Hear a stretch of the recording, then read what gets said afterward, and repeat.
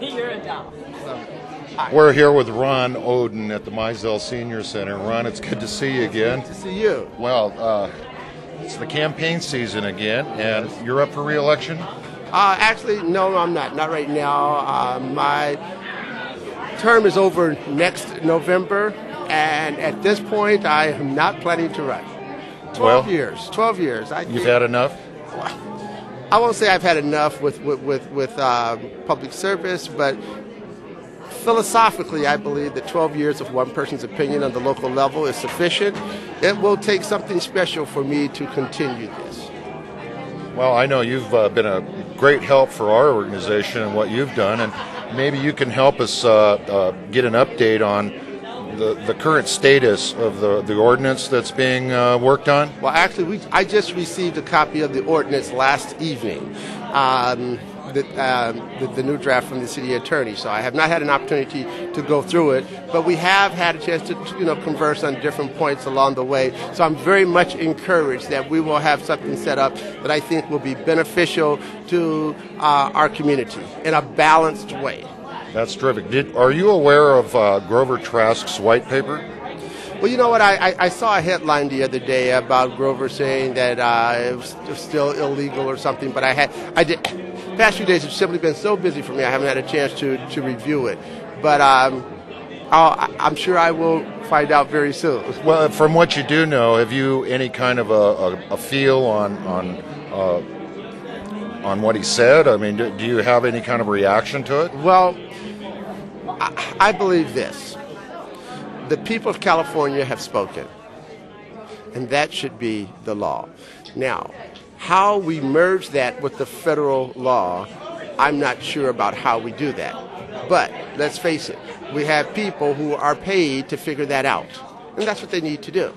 I don't think this is rocket science. I think that it can be done, and I think it can be done in a manner where people who need medical marijuana to take care of their personal needs, that needs to be addressed without treating them like criminals.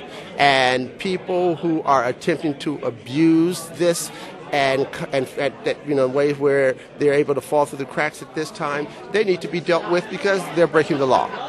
Well said. Now, in the upcoming November election, who do you like for Congress, and who do you like for U.S. Senate? Well, I'm a Democrat. Okay. And Mary spoke with you. Well, she spoke to us, but I had to ambush her at the flagpole ceremony. By the way, you can watch the interview on YouTube. Maybe the ambush is the ticket. I might have to do that. None of the Democrats or Republicans want to talk to us. Well, let's face it. In the state of California, we have something to fall back on.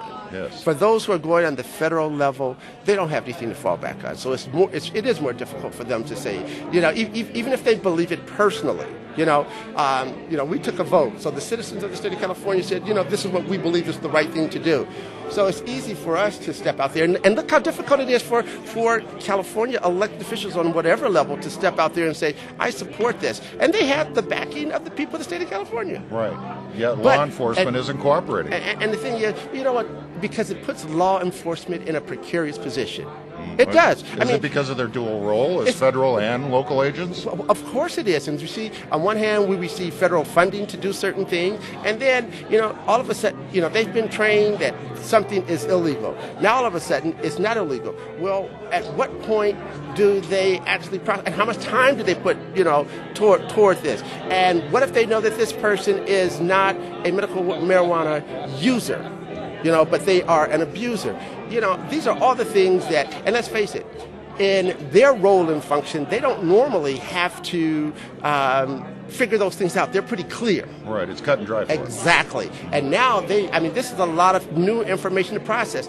And what's difficult is that every time they make a mistake, the citizens pay. Yeah, they do. So we pay for it. And the patients are paying too. Well, what I mean we pay for it, I mean we pay for it literally because people sue. Oh, yeah. You see, so this is not an easy thing for any of us to address, and that's the reason why making sure that we develop an ordinance that is fair and balanced, and that it fulfills the need that we set out to accomplish. That's what's important. Very well said, Ron. Thank you for your time. It's my pleasure. Thank you for coming on our show.